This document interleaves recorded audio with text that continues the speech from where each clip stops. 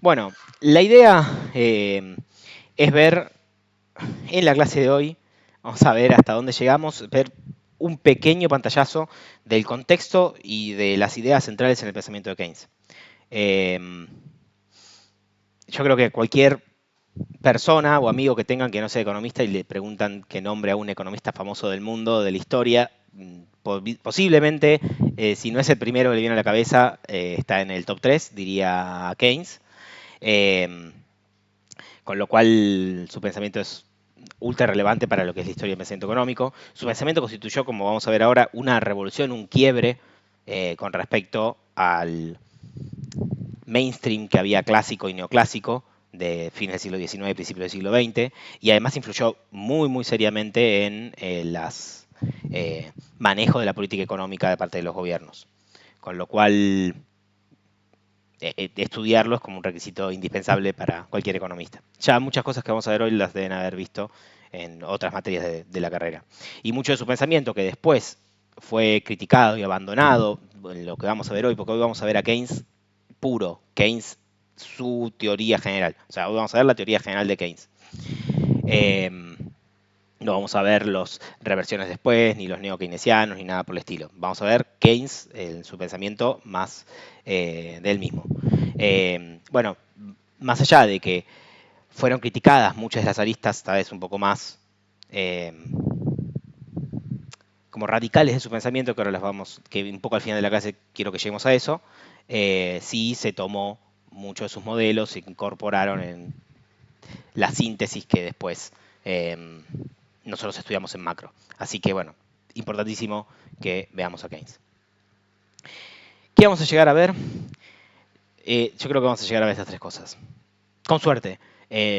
Vamos a ver un poco de la introducción y el contexto, los debates del cual desempolva Keynes, que es el del debate que había entre Ricardo y Malthus, que creo que no lo vieron, porque no vieron nada de Ricardo con Manu. Estoy en lo correcto, ¿no? ¿Vieron Ricardo con Manu o no vieron nada? Creo que no. No, No. ok. Eh, bueno, él desempolva un poco esa discusión, yo la voy a referenciar nada más porque si no, no vamos a llegar. Y el modelo keynesiano simple, creo que es uno de los primeros modelos que uno ve en Macro 1, lo vamos a desempolvar un poco para ver qué es lo que Keynes quería explicar.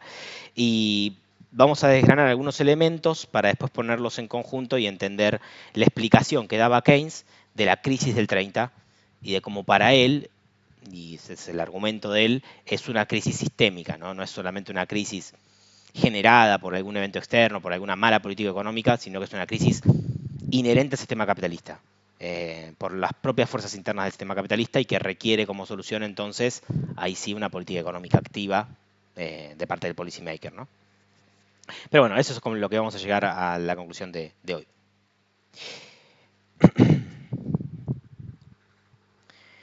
Bueno, de la vida de Keynes, comentarle dos o tres cosas. Como figura es terriblemente interesante, o sea, tuvo una vida que hizo de todo. Él no estudió economía en sí mismo, que ya existía en la época que él estudió, sino que estudió matemática y estadística. Y tomando algunos cursos con Marshall y Pigou, ellos lo convencen, que eran principales referentes en economía en Inglaterra en principio del siglo XX, lo convencen de que se dedica a la economía, empieza a dar clases de economía, etcétera. Y lo hace. Y la vida, como les digo, multifacética. Fue funcionario público, tuvo un cargo de la administración británica en la India, bueno, fue profesor en Cambridge, fue secretario de una de las primeras sociedades académicas que publicaba una revista académica. Eh, también se interesó por las artes, fue mecenas de un grupo, en el grupo de Bloomsbury estaba, por ejemplo, Virginia Woolf, y él era íntimo amigo. Siempre estuvo muy ligado al mundo de las artes, también por su vida personal.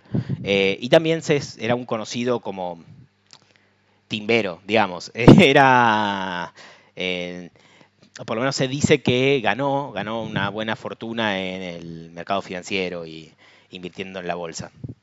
Eh, Otro detalle más de él es que Keynes sí llegó a ser como reconocido en vida. O sea, y su obra, eh, que no es algo que le pasó a todos los economistas, que es su obra principal, que es la teoría general de la ocupación, el interés y el dinero, era, era ansiosamente esperada por un público bastante amplio, porque ya Keynes era un economista de renombre muy conocido y de consulta en la década del 30. Entonces, simplemente esto para tenerlo en cuenta. Bueno, ¿cuál es el contexto en el que escribe Keynes? Bueno, el contexto es el de la Gran Depresión, ¿no? El de la crisis a partir del crack del 29 y la crisis que le sigue después. Un problema que es tal vez el problema más claro, más notorio que tenía esta situación en los Estados Unidos era el desempleo. El desempleo llegó a picos del 25%, no me acuerdo si un poco más, eh, del, eh, en el pico del 33, y la economía se llegó a reducir una tercera parte, ¿no? O sea, año tras año la economía continuaba en recesión y se iba achicando cada vez más. Y esto era un proceso nunca antes visto en Estados Unidos ni en el mundo. Entonces esto evidentemente causaba una necesidad desde la economía de dar una respuesta, ¿no? De explicar qué es lo que está pasando de todo esto. Y el desempleo, bueno, como les digo, se mantiene en un nivel persistentemente alto. Ya en Gran Bretaña en la década del 20, incluso en momentos de bonanza económica, ya estaba arriba del 10%, que es un desempleo medianamente alto, entre el 10 y el 15. Bueno, y con la crisis llega a picos muy, muy grandes. Entonces, esto, dado a que del otro lado existía regímenes, ya en la década del 30, que empezaban a ser como alternativas al sistema capitalista, sea el modelo de la Unión Soviética o sea el modelo estatista intervencionista de Mussolini o luego de los nazis, sí mostraban como un cambio de época, ¿no? En el cual se requería una intervención muchísimo más grande del Estado en la economía para poder dirigir eh, los, las decisiones de inversión, de producción, hacia dónde tenía que producirse, cómo tenían que aplicarse los recursos, porque parecía que si se dejara el libre mercado por sí mismo, la solución era mayor desempleo, mayor eh, más cantidad de máquinas ociosas, mayor desperdicio de recursos. Eso era lo que parecía, y ese era el clima de época y el contexto en el que Keynes desarrolla sus ideas. Como les digo, acá les pongo entre comillas del exitoso caso, porque si recuerdan de la clase que tuvimos, había esta es una época en la que del Partido Comunista, de la Unión Soviética, que tenía partidos comunistas en todos los países del mundo, llevaban adelante una propaganda muy, muy fuerte en las que se desconocían o si ocultaban los casos de los gulags, los campos de trabajo y todas las hambrunas, etcétera, y se mostraban cifras infladas de producción, etcétera, ¿no? Vendiendo la Unión Soviética como un paraíso, que bueno, que ya vimos que en la clase que tuvimos que no lo era igualmente. Eh, a ver, tenemos una pregunta.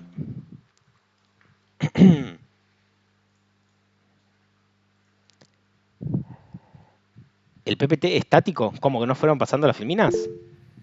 Se No, pasaron, yo las vi. se ¿Sí? pasaron, se pasaron. Ah, ok, ok. Eh, Perdón, chicos, no vamos a llegar a ver tanto hoy, ¿eh? Eh, Tampoco pude repasar mucho, discúlpenme. Eh, entonces, una cosa interesante es que esta idea del Estado interviniendo sobre la economía es previa a la escritura del libro de Keynes. O sea, Keynes escribe el libro en el 36 y los regímenes políticos intervencionistas, ultraintervencionistas, ultraestatistas, ¿no? El totalitaristas ya existían, y sobre todo los grandes programas de inversión pública, como por ejemplo el New Deal de Estados Unidos, que lanza Roosevelt cuando asume, que creo que es en el 33 o 34, de nuevo, es previo a la escritura de Keynes. Keynes lo que hace es un poco darle un argumento teórico más sólido, una base teórica a todos estos fuertes programas de inversión y de obra pública que estaban llevándose adelante. Y empieza por la crítica de Keynes por el flanco más débil, ¿no? O sea, por lo que era el mercado de trabajo, en donde evidentemente había un desempleo involuntario, es decir, gente que quería trabajar y no podía, alto y persistente, y que, de nuevo, esta idea estaba muy presente. Parece que el mercado por sí solo no lo va a solucionar, solamente lo va a empeorar. Bueno, la teoría general lo pasamos. bueno, vamos a discutir un poco de la ley de Say y a ver qué es la discusión que se desempolva. Y, y bueno, y con esto va a ayudar a entender las ideas de Keynes.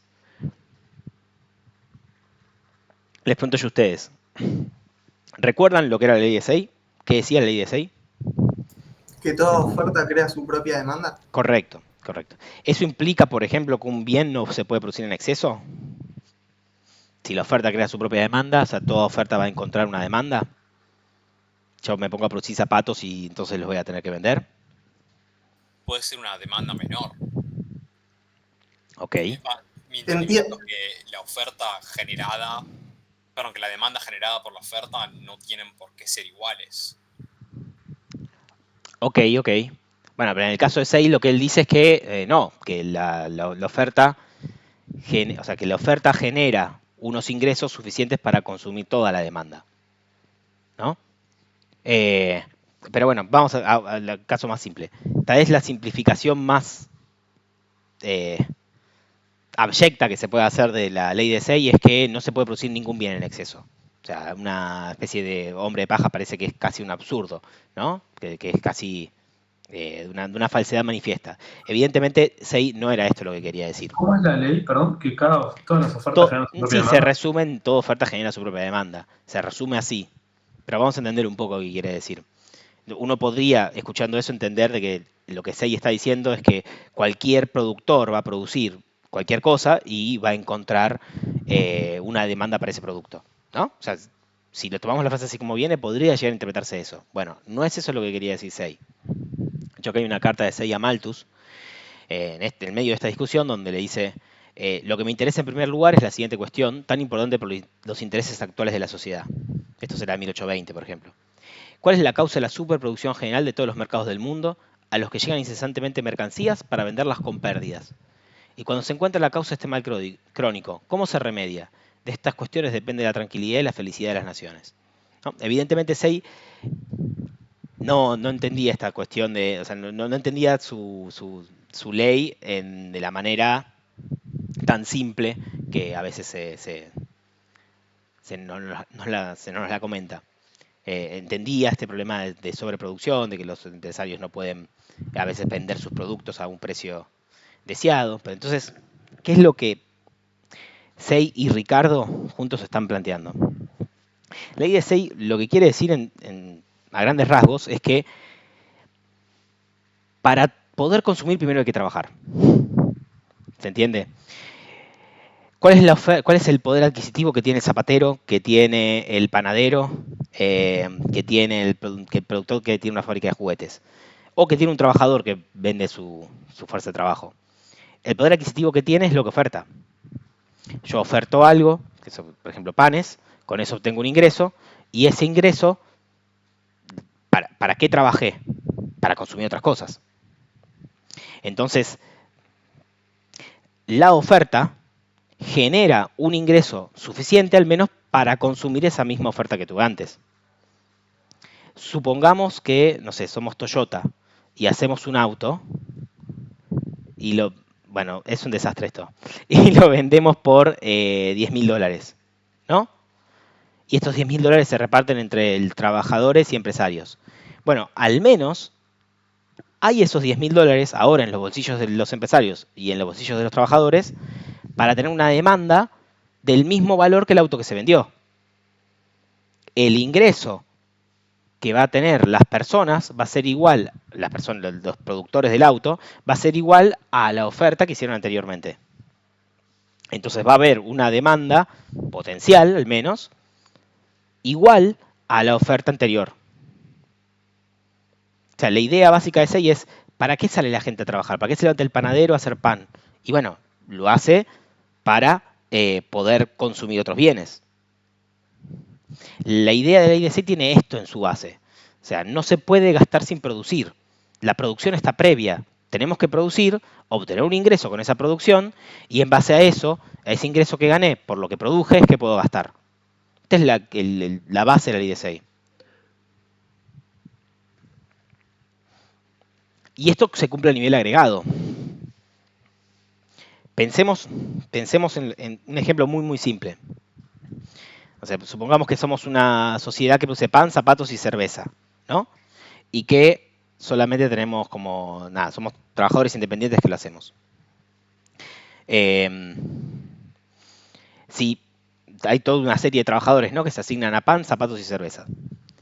Y en un momento anterior, los trabajadores hacen pan, zapatos, los que producen pan obtienen sus ingresos y con eso compran a otros panaderos o zapatos y cerveza, los que producen zapatos, con la venta de sus zapatos compran pan y cerveza, etcétera, etcétera.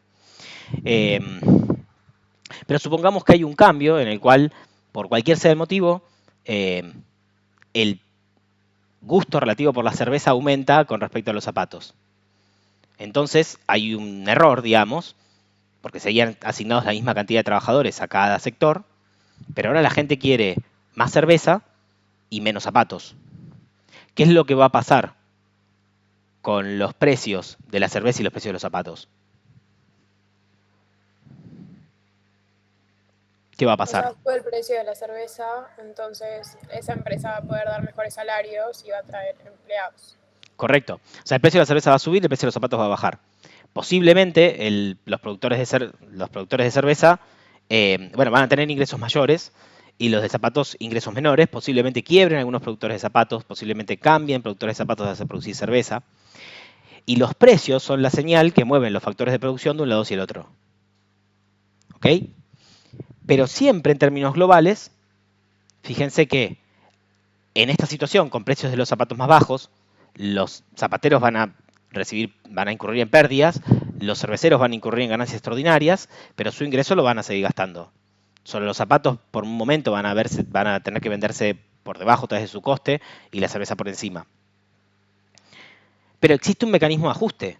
Este mecanismo de ajuste en los precios hace que si existe un exceso de demanda en un mercado, por ejemplo, exceso de demanda de cerveza, es porque hay una escasez de demanda en otro mercado, que es el de los zapatos.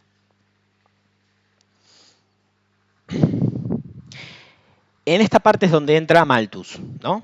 Entonces Malthus le dice, bueno, está bien, la oferta genera un ingreso, o sea, las personas a la oferta generan un ingreso que constituye una demanda potencial. Pero esa demanda potencial no siempre se traduce en demanda concreta. Es decir, los trabajadores y empresarios que tenían estos $10.000 del auto, no necesariamente van a gastar los $10.000 en otras cosas. Posiblemente una parte la ahorren. Y en el sistema capitalista, donde, decía Malthus, los capitalistas cada vez tienen una fracción mayor de la riqueza y los terratenientes menos, bueno, los capitalistas son más ahorrativos y los terratenientes serán más gastadores, así que vamos a estar en un problema porque va a haber mucho ahorro y no va a haber gasto suficiente, no va a haber demanda para cubrir todo lo ofertado. Y acá viene una respuesta que dan tanto Smith como Ricardo y Malthus. Y que pero justamente si cae esta demanda, ¿no caerían también los ingresos de esos empleadores, por ende también lo que ahorran? Por ahora saquemos el ahorro. ¿Vos estás hablando de este ejemplo? Claro. Por ahora saquemos el ahorro. Ahora vamos a ir al ahorro.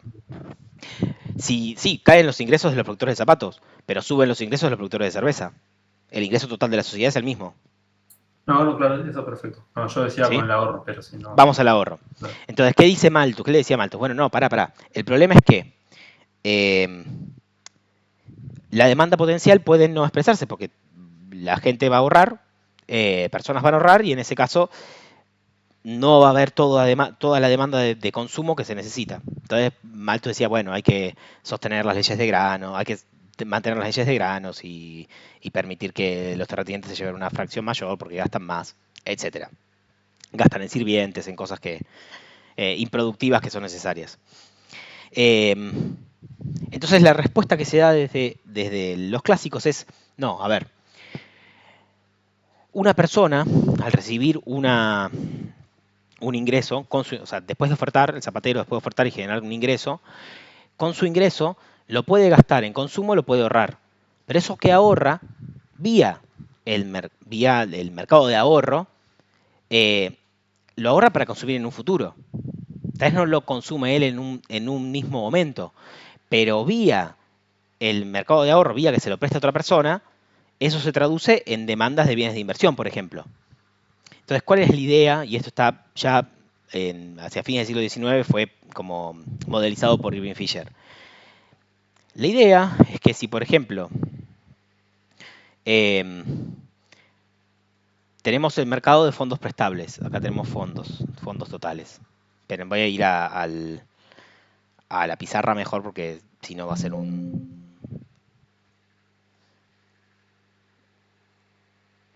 Perdón, tengo acá algún comentario.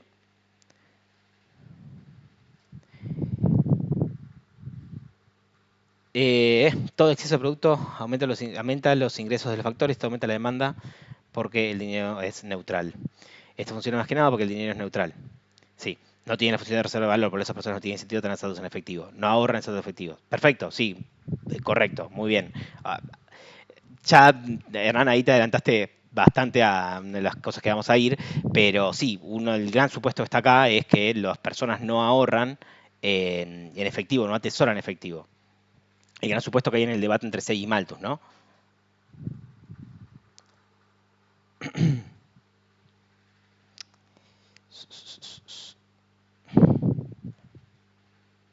Ahí está. Entonces, pero yendo un poquito más atrás,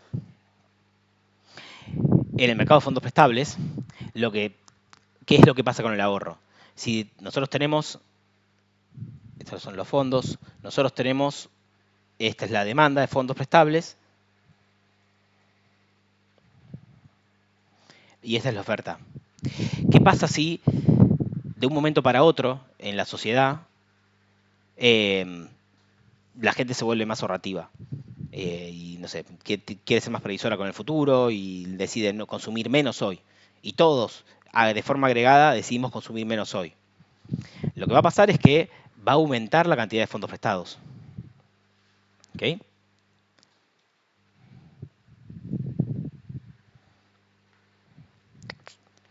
Bueno, esto me está funcionando medio mal.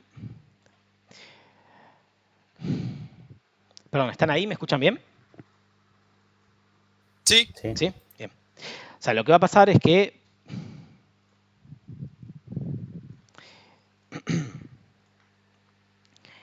va a aumentar la cantidad de fondos prestados. Y esto, fíjense que lo que va a terminar generando es que si antes tenía una determinada tasa de interés y una cierta cantidad de fondos prestados a esa tasa, que era lo que igualaba la demanda de fondos prestados de fondos prestables con la oferta, lo que va a pasar ahora es que a esa tasa de interés va a ser mucha más gente la que va a estar dispuesta a prestar con estas nuevas preferencias, con esta nueva cantidad de ahorro. Y va a ser a esa tasa la misma, mucha menos cantidad de gente la que va a querer tomar prestado. Lo que va a pasar es que se va a ajustar y se va a ir hacia un nuevo punto, un nuevo equilibrio de una tasa de interés menor y una cantidad de fondos prestados mayor.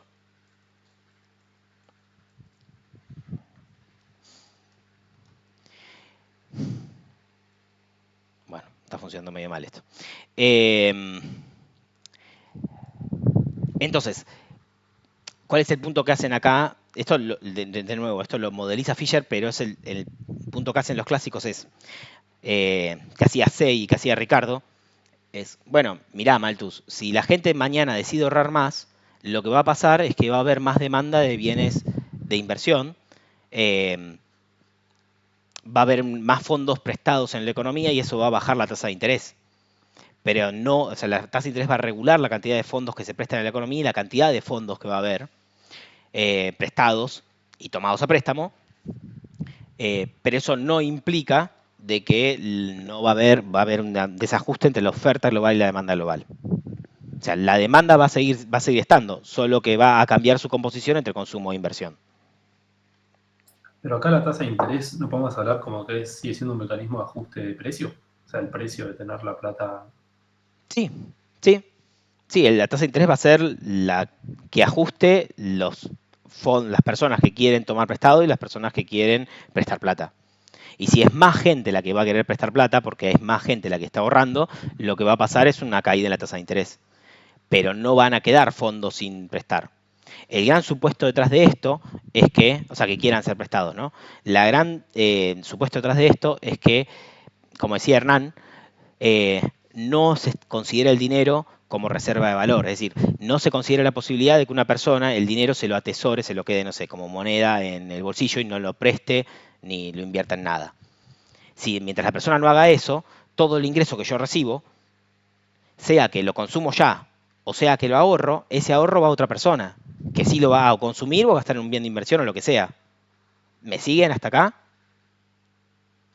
Volvamos al caso, yo soy el panadero. Vendo mi pan y tengo $1000 al mes. Y esos $1000, está bien, consumo 500 y los otros 500 los ahorro, pero esos 500 que ahorro van vía el mercado de fondos prestables a otras personas que sí lo quieren gastar ese mes. ¿Me siguen? ¿Entienden hasta ahí el punto? Sí. ¿Sí? Bien.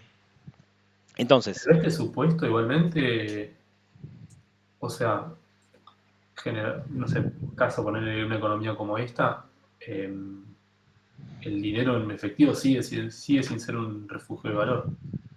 O sea, la gente generalmente la ahorra a una tasa de interés. sí. O sea, en esta visión de los clásicos, el dinero es totalmente neutral. Es un medio de cambio, o sea, es unidad de medida y medio de cambio. No funciona como reserva de valor, o no lo están pensando como reserva de valor. Pero en el momento que vos metes eso, esto empieza a tener ciertos problemas, que es lo que vamos a ver. Ahora lo vamos a ver un poquito más en detalle. Pero hasta acá, ¿esto se entiende? Entiendo que en algún momento lo deben haber visto esto. ¿Sí? Sí, creo que en las primeras materias, algo así. Bien. Entonces, bueno, esto tiene ciertas consecuencias, ¿no? O sea, la ley de Say tiene ciertas consecuencias, como por ejemplo, que no pueda haber un exceso de ofertas sostenidos a la vez en toda la economía, que no pueda haber depresiones de forma sostenida en el tiempo, porque debería haber un mecanismo de ajuste, sea mediante el salario real, mediante los precios o mediante la tasa de interés, que lleve a la economía nuevamente a tener ciertas pérdidas en precios, van a hacer que se reacomoden los factores y que la economía vuelva a crecer, en donde los sectores que están mal sean purgados y la economía siga creciendo. Pero lo que pasaba, como les comento, nada, la tasa de desempleo se encontraba muy altísima y estable en un nivel alto. Fíjense que ya incluso hasta la Segunda Guerra Mundial se había estabilizado en un 15%. Y la economía decrecía año tras año, ¿no? O sea, es la diferencia entre depresión y recesión. Que recesión puede ser un año, depresión es una recesión acumulada durante varios años. Y seguía decreciendo hasta en el 33. Entonces, ¿cuál es la idea que tiene Keynes? Keynes va a plantear que efectivamente iba a haber un desequilibrio entre la oferta global y la demanda global, entre la oferta agregada y la demanda agregada de la economía, vía a que el gasto, o sea, la demanda agregada, iba a quedar insuficiente. Que en una economía moderna, avanzada, el gasto necesario en inversión es un gasto muy, muy grande y cada vez más grande. Mientras que la parte que se consume es una parte relativamente estable de la demanda, la parte de inversión no lo es. Es una inversión que es completamente volátil, porque depende de expectativas y depende de factores desconocidos del futuro. Sí, perdón, ¿alguien que quería intervenir? Ay, perdón, sí, ¿No? que entonces dijiste que la demanda agregada queda insuficiente. No entiendo por qué queda, o sea, insuficiente hasta que cuando aumenta el ahorro. Sí. Ah, ok. Claro, lo que dice él es que la demanda agregada se compone de básicamente de consumo e inversión. O sea, el gasto público también se divide entre consumo e inversión y exportaciones e importaciones, olvidémonos, tomemos la economía cerrada o como el mundo si fuera cerrado. Entonces, lo que dice Keynes es, con el consumo no hay problema, el consumo es relativamente estable, de hecho, la gente en recesiones, la gente no consume tanto menos y en los booms no consume tanto más. es relativamente estable en comparación a la inversión. La inversión puede dar saltos enormes en recesiones y en expansiones, con saltos muy grandes de la inversión y caídas muy fuertes de la inversión, porque depende de esto, las expectativas del futuro, etc.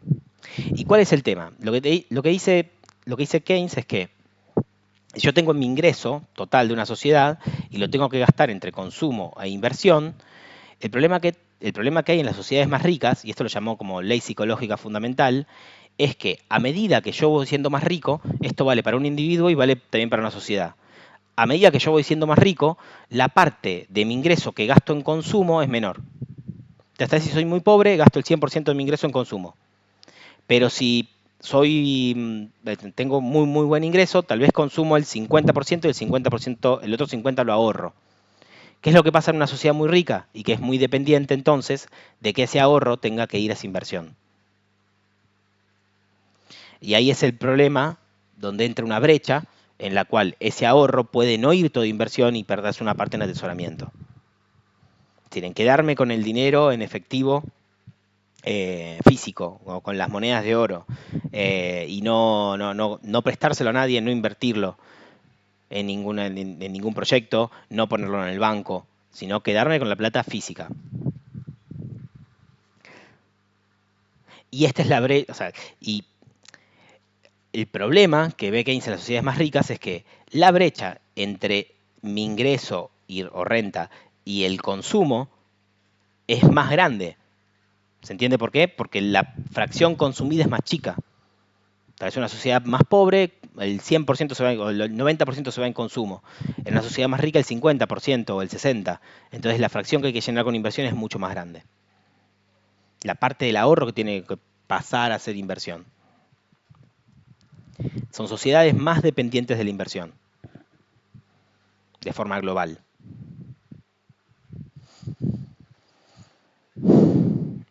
Pero esta brecha no cae tanto en parte sí porque la inversión tiene una mayor proporción, o sea, más agresivo.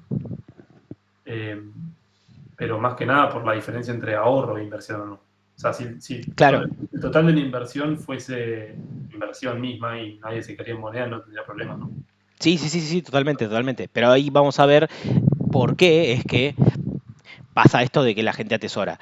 Vamos a ponernos un poco en contexto también una cosa, para que les quede claro para todo lo que vamos a seguir charlando. Piensen que en la época que escribe Keynes, década del 30, si uno mira para atrás en la historia, va a haber procesos de recesiones, de expansiones y de recesiones, y que en general en los procesos de expansión tenés inflación y en los procesos de recesión tenés deflación de precios. ¿Ok? Pero en el largo plazo la inflación era cero. Bueno, salvo el aumento de la cantidad de oro, ¿no? Pero en general la inflación tendía a ser cero porque bajaban los precios en momentos de deflación y subían los precios en momentos de inflación. Hasta la época de Keynes, hasta la década del 30. Esto es importante que lo entiendan, que se pongan en contexto para lo que vamos a ver. Y entiendan también, y esto espero que lo hayan visto alguna vez, o igual se entiende fácil, de que en contexto de deflación, tener dinero en efectivo es útil. ¿Alguien entiende por qué o me puede decir por qué?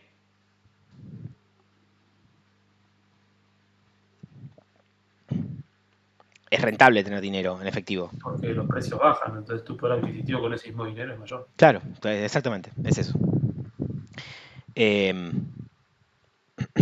Entonces,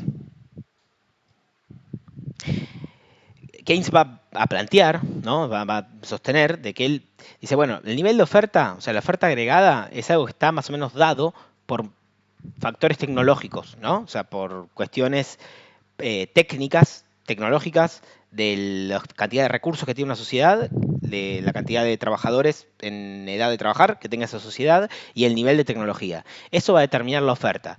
El problema de la economía, va a decir Keynes, es lograr que haya la demanda suficiente, el nivel de gasto suficiente para darle ocupación a todos esos factores productivos. Ese es el gran kit de la economía para Keynes.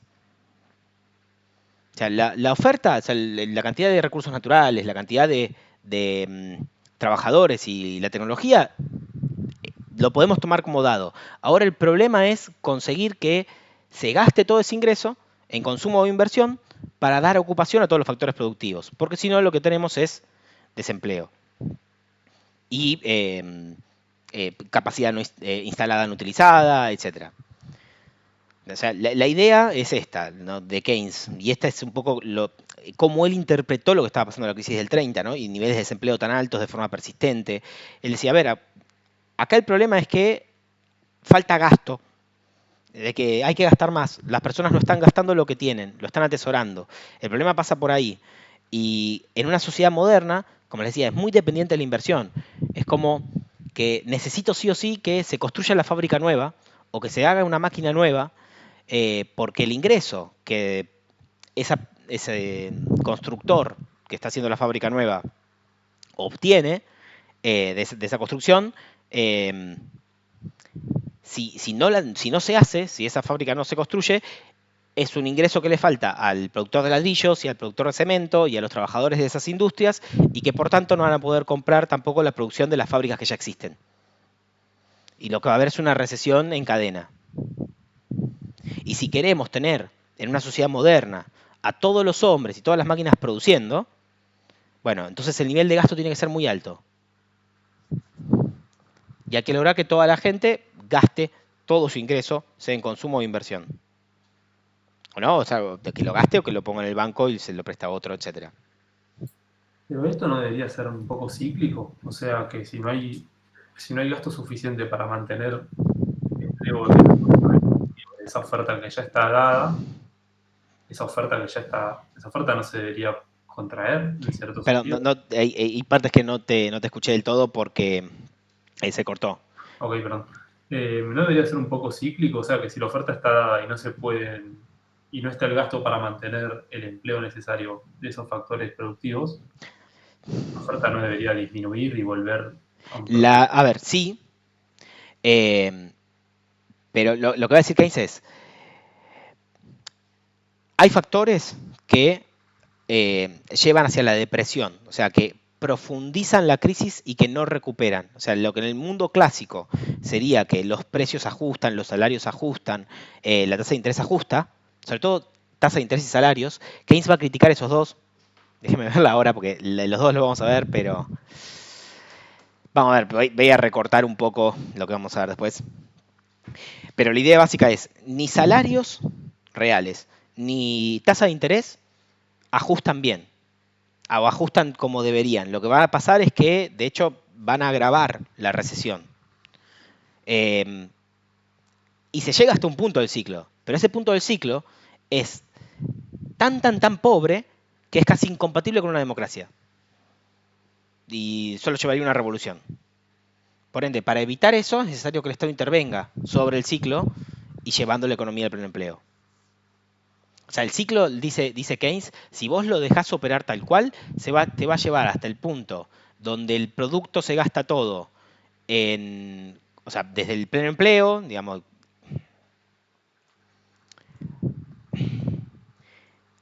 Pero, bueno, desde ponerle el nivel de producto del pleno empleo a donde el producto... perdonen la desprolijidad, pero es realmente difícil de escribir con el mouse. Espero que se entienda. El ciclo va a ir variando desde el nivel de producto del pleno empleo al nivel de producto donde la inversión desaparece por completo y solamente hay consumo. Pero lo que dice Keynes es, bueno, en una sociedad moderna, llegar con el ciclo hasta acá, tenés en la puerta una revolución. O tenés un régimen totalitario que ya se te implantó. Entonces, si se quiere, digamos, la idea de Keynes era un demócrata en este sentido, de decir, bueno, yo voy a dar una teoría para salvar a las democracias, dar una herramienta a los gobiernos de Occidente para que, democráticos, para que puedan llevar la economía, hacer repuntar a la economía y devolverla a nivel de pleno empleo, porque si no, nos van a comer, digamos, los totalitarismos. Eso era también un poco lo que él lo estaba moviendo. Ahora lo vamos a entender mejor esto, lo del ciclo y por qué, y sobre todo esto porque no lo expliqué bien, por qué es que no ajusta solo. ¿Por qué no ajusta solo? Porque la misma dinámica con el nuevo modelo que hace Keynes en realidad lleva a que las crisis se agraven entre sí. No lleva a que distintos factores lleven a que la crisis se agrave hasta llegar a este punto tan bajo, ¿no?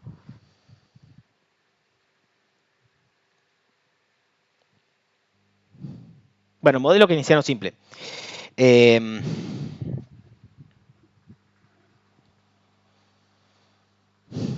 viendo si saltearme esto.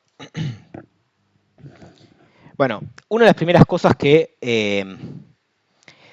va a criticar Keynes, capítulo 1 y 2 de la teoría general, es el mercado de trabajo. Obviamente porque parece ser el eslabón más débil de la teoría clásica. Marshall y Pigou, sobre todo en un libro, La economía del bienestar, hacen un modelo de cómo funcionaría el mercado de trabajo, que era el que se enseñaba hasta primeros, bueno, en la época de Keynes, ¿no? Hasta la primera mitad del siglo XX, en el cual el salario real y el nivel de empleo se determinaban por la conjunción entre demanda de trabajo y oferta de trabajo. Y como lo planteaba Pigou, era que la demanda de trabajo cumplía una ecuación en la cual el salario es igual a la productividad marginal, lo cual, bueno, es bastante lógico, digamos, desde la óptica clásica. O sea, porque si un empresario recibe un ingreso mayor por... o sea, un salario igual a la productividad marginal son los salarios que maximizan el beneficio del empresario. Si el empresario va a contratar a alguien solamente si ese alguien le produce un ingreso mayor del que le cuesta.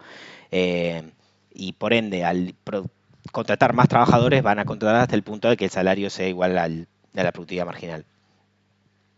Pero bueno, tenemos como ecuación de demanda del trabajo que el salario es igual a la productividad marginal, ¿no? Del trabajo. Y cada punto sobre esta línea son puntos que expresan esta relación y que maximizan el beneficio del empresario. Fíjense que si, por ejemplo, tuviéramos este nivel de salarios, W sobre P, al empresario en realidad le convendría seguir contratando más gente, porque esta sería la productividad, o sea, el salario equivalente a la productividad que le genera ese trabajo, ese trabajador que está contratando, o esa cantidad de trabajadores, con lo cual le convendría seguir contratando hasta acá. Esta parte de la demanda de trabajo Keynes no la critica. Keynes dice, esto está bien, se mantiene. Pero ¿qué pasa con la oferta de trabajo? La oferta de trabajo, en la modelización que hace Marshall y que retoma Pigou, lo que dice es que representan también salarios, también de equilibrio, en los que maximizan el disfrute del ocio del trabajador, ¿no? En el cual, en este caso, el salario es igual al valor marginal del ocio o, dicho de otra manera, la desutilidad marginal del trabajo. La idea es que si yo quiero trabajar más, a medida que quiera trabajar más horas, me van a tener que pagar un mayor salario. Porque el valor marginal de mi ocio, si yo trabajo solamente 2 horas, bueno, tengo un montón de tiempo libre. Entonces el valor marginal de mi ocio es muy bajo. Pero si yo estoy trabajando 12 horas y bueno, no sé, quiero ver a mi familia, quiero tener tiempo libre, el valor marginal de esa hora más, la 13ª hora de trabajo, va a ser muy alta. Con lo cual tiene esta pendiente positiva. A mayor cantidad de horas voy a querer que cobrar un mayor salario. Y si estoy en un área, por ejemplo, por acá, donde este es el nivel de salario, y este sería el valor del ocio que yo tengo, bueno, me va a convenir trabajar más, ¿no? Trabajar hasta este nivel, hasta esta cantidad de horas, por ejemplo.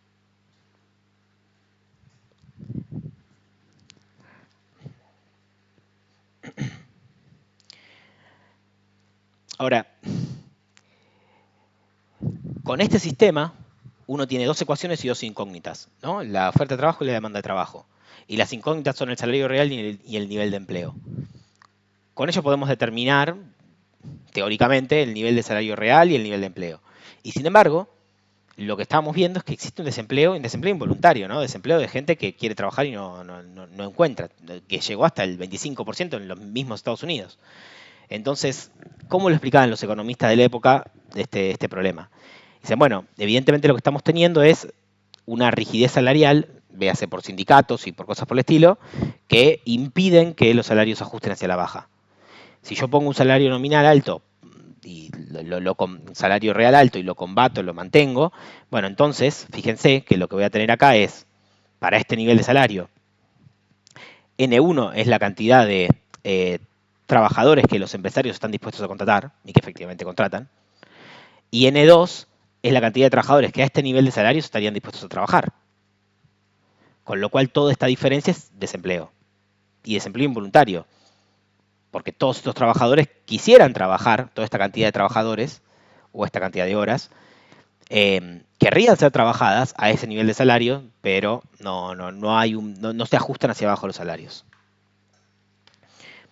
Entonces los economistas de la época proponían medidas como, bueno, restar poder a los sindicatos, presionar a la baja los salarios nominales, etcétera, etcétera.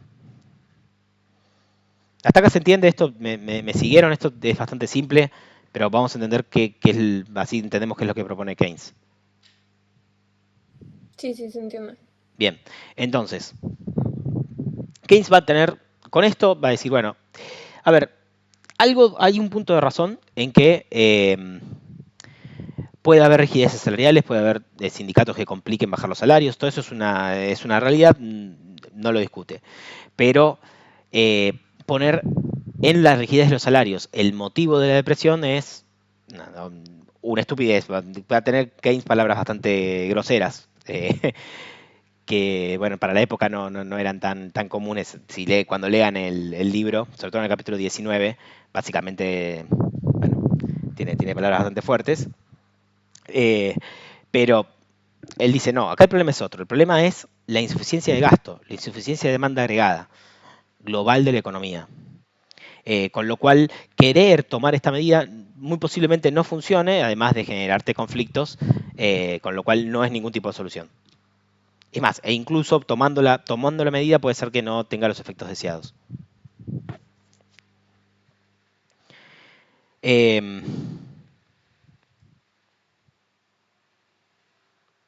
De hecho, él marca una cosa, que esto después en la literatura continuó planteándose, y de hecho Edmund Phelps, que fue el Nobel en 2006, como estudió casos de recesiones y cómo era la caída de precios y salarios en recesiones y encuentra cierta evidencia de esto.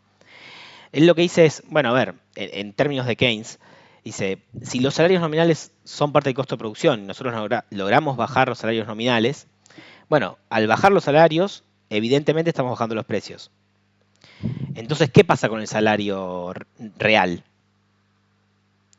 Bueno, queda indeterminado en principio. Sí, perdón. No, perdón, voy a decir indeterminado. Ah, muy bien. Y de hecho en la actualidad, Phelps lo que hace es analizar caídas de estas recesiones y lo que ve es que efectivamente como procesos de recesiones vienen acompañados por caídas de precios y caídas de salarios, en general si los salarios tienen una resistencia a la caída mayor que otros precios, lo que va a pasar es que, de hecho, si P cae más que lo que cae W, lo que va a pasar es que incluso aumente el salario real. Lo cual agrava la situación, ¿no? Porque si tengo un salario real todavía más alto, bueno, va a ser mayor el nivel de desempleo. Menos los empresarios que quieren contratar, más los trabajadores que quisieran trabajar. Con lo cual, bien, acá tenemos un problema, una de las posibles causas por las cuales, como la pregunta que había tenido antes, los mismos precios llevan, la misma dinámica lleva a que no haya un ajuste por este nivel de precios. Una pregunta. Sí. Entonces, ¿están en desacuerdo con todo lo que dijeron? Perdón, de nuevo, no te escuché Como bien. que al principio decías, o sea, lo único que no discute es que el salario es igual a productividad marginal, pero después No, también discute la oferta de trabajo. No llegamos muy a tiempo. Él va a decir que la oferta de trabajo como tal hay que sacarla. O sea, la oferta de trabajo lo que tiene es que solamente considera el efecto ingreso, ¿no? Si vos tenés el salario real, acá estoy escribiendo peor, salario real y nivel de empleo, después o sea, no vendría mal en algún momento leer la teoría general de Keynes. De hecho, estamos pensando con Santi para el año que viene hacer un taller de lectura. Una de las posibilidades es hacer un taller de lectura de Keynes y todos los capítulos de la teoría general que tenemos ahí listados. Al final, la PPT que les voy a pasar, como leerlos y discutirlos un poco. Pero fíjense que esto lo que nos está diciendo, este sentido de la curva de oferta, es que si, por ejemplo, me bajan el salario real, yo ahora, por el motivo que sea, el salario real es más bajo, yo voy a trabajar menos. ¿No? Esto es lo que me dice la curva. ¿No? Suponiendo que N, para entenderlo bien simple, es cantidad de horas que yo trabajo, y este es mi salario, y esta es mi oferta de trabajo, si yo modelo así mi oferta de trabajo, es que si me bajan el salario voy a trabajar menos. Y esto, evidentemente, lo único que tiene en consideración es el efecto sustitución. Es decir, como ahora me bajan el salario, el valor de mi ocio pasa a ser más alto, o sea, yo ya tengo mi valor de ocio y prefiero ocio frente a trabajo, porque en trabajo me pagan poco.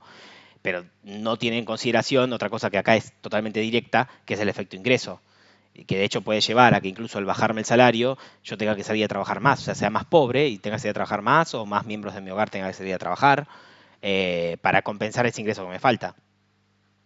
Entonces, ¿Esto supone que los precios son iguales a los costos marginales? O sea que si cae el costo de producción también van a caer los precios. sí. O sea, esa Acá diferencia no se la Keynes, publica el sí, empleador. Keynes dice eso, Keynes usa ese argumento en la discusión, pero podría sacarse eso del argumento y esto mantenerse igual. O sea, Keynes, cuando lean al capítulo 2, va a usar ese argumento de que dice, bueno, los salarios son parte de los precios, si caen los salarios van a caer los precios, perdón, salarios son parte del costo, entonces si caen los salarios van a caer los precios, pero sacando ese argumento, igual puede pasar de que en una recesión con caída de salarios también haya caída de precios y que el efecto global sea de que no ajustan los salarios reales.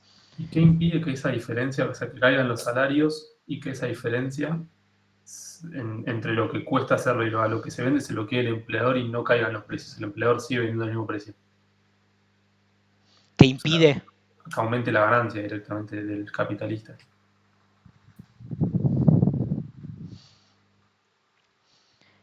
A ver, vos lo que decís es que...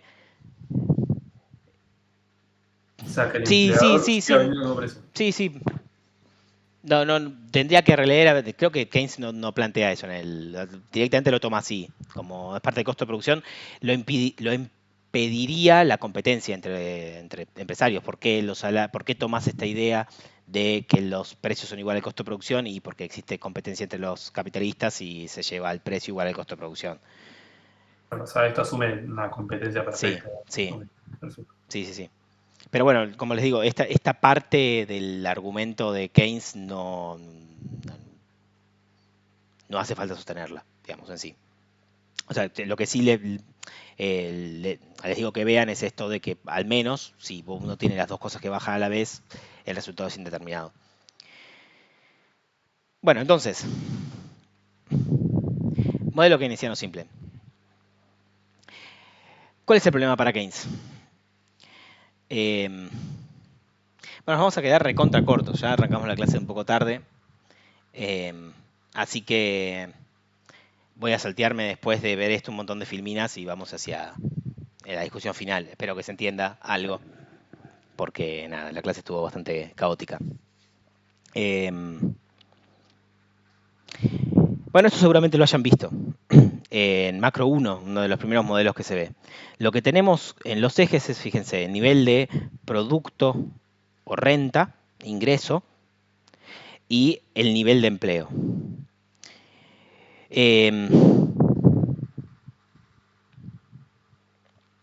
Porque el problema que va a plantearse Keynes, ya planteando en el capítulo 2 con estas críticas que hace, fíjense lo siguiente.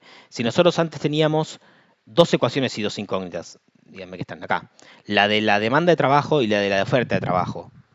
O sea, la demanda de trabajo es que el salario real es igual a la productividad marginal del trabajo. Y la demanda, salario real igual a productividad marginal. La oferta de trabajo, que el salario real es igual a la desutilidad marginal del trabajo.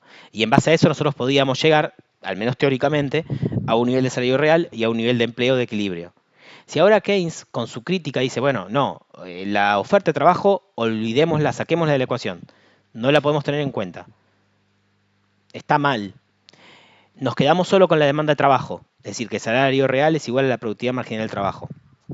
Bueno, en ese caso, nos perdemos ahora cerrar el modelo ya no cierra. Ahora tenemos una ecuación y dos incógnitas. ¿Qué es lo que determina entonces el nivel de empleo? Y para Keynes, el nivel de empleo es el que va a determinar al fin y al cabo el nivel de producto. Tiene que ser otra cosa. Vamos a ver un modelo distinto. Y él es donde hace este modelo del MKS. Él lo que va a decir es que ahora demanda global y oferta global van a ser distintas. Y plantea, esto está, lo tienen así explicado en el capítulo 3 de Dillard, que el que les mandamos a leer. Está bastante bien explicado. La curva de la demanda global serían los beneficios esperados de la venta de los bienes, es decir, los ingresos que los productores esperan obtener de la venta de sus bienes. Es decir, lo que esperan realmente vender. Mientras que la oferta global viene a ser los beneficios mínimos que se necesitan de la venta de los bienes. Entonces yo ofrezco bienes y cuánto es lo que tengo que, digamos, lo que cubra el costo de producción de esos bienes que yo produzco. Fíjense que ambas curvas son positivas. ¿Qué significa? Que al aumentar el nivel de empleo, aumenta tanto mi oferta global como mi demanda global. En el caso de la oferta global se puede entender muy simple, como que a tener más trabajadores, es decir, más manos trabajando, bueno, produzco más. Entonces la producción global tiene un precio mayor. Ese precio que tiene esa producción global es el precio mínimo para poder venderlo y obtener una ganancia. ¿Ok? Sería como el precio de costo de producción. Pero la demanda global tiene una pendiente menor. ¿Por qué es esta pendiente menor? Y porque de los ingresos que yo tengo, como vimos, una parte la gasto en consumo y otra parte la ahorro. Y si de la parte que ahorro, una parte la atesoro y no la gasto,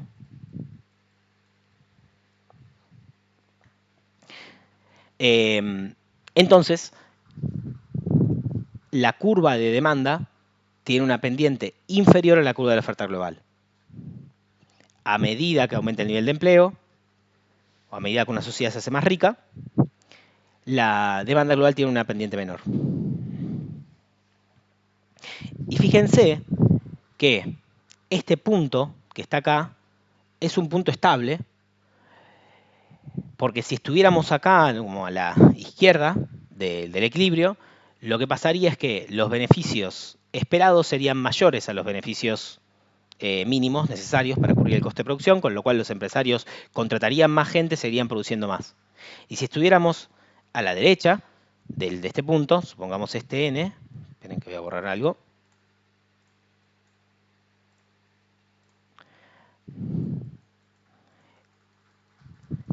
En este punto, los beneficios mínimos para cubrir mi producción quedarían por encima, o mejor dicho, los beneficios esperados de lo que yo voy a vender, los beneficios de lo que pueda realmente vender finalmente, van a estar por debajo de lo que necesito para cubrir los costos.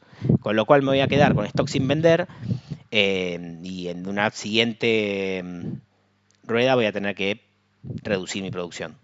Con lo cual este punto es estable, en el que se encuentran ex post oferta y demanda global. Entonces fíjense lo siguiente, ex ante yo puedo tener una oferta global y demanda global que estén desequilibradas, pero el equilibrio me lleva a que se igualen. Y al fin y al cabo, mi oferta global va a ser igual a mi demanda global en el sentido de que todos los ingresos que obtuve de lo que ofrecí, los voy a terminar gastando y eso me va a terminar el nivel de producto que va a quedar. Pero fíjense que sería un nivel de producto más chico que el que si realmente estuviera empleando todos los recursos de la economía. ¿Cuál sería entonces ese nivel, tipo si estuvieses empleando todos los recursos? Sí, supongamos que el nivel de pleno empleo es este. Dada mi pendiente de la demanda global y de la oferta global, el nivel de pleno empleo sí, el nivel de empleo de pleno empleo sería este y el nivel de producto de pleno empleo sería este, de acá. Pero este nivel no es estable. Lo que pasaría en este nivel, dado que la gente atesora, es que me quedan productos sin vender, me quedan máquinas sin usar, me queda stock, sí que no me queda para un periodo posterior, entonces no produzco más lo que viene, me deshago del stock que tengo en el periodo siguiente y la producción se achica. Y quedo con una producción que es globalmente más chica que la del nivel de pleno empleo. Entonces esto lo llama Keynes como paradoja de la frugalidad. Las personas son tan ahorrativas y previsoras, ahorran, pero de global lo que termina pasando es que el nivel de producto termina siendo más chico en un futuro. Y me quedo con un nivel de producto menor. Mediante el ahorro, lo que terminó pasando es que el producto de la economía se achicó. Entonces las personas ahorraron, atesoraron en este caso, recuerden, ahorraron en metálico, y lo que terminó pasando ex post, siempre el I atañe tanto a ingreso y a producto, ¿no? Usamos la misma letra para representar los dos, porque ex post esto es una identidad. Porque al final todo lo que se produjo es lo que se gastó. Pero ese nivel puede ser inferior al de pleno empleo, porque en el momento que ex ante se produjo una cantidad que era mayor a la que la demanda iba a comprar, lo que pasó es que se redujo y se volvió al nivel estable, que, bueno, tranquilamente es un nivel compatible con desempleo, con máquinas que están paradas, etc.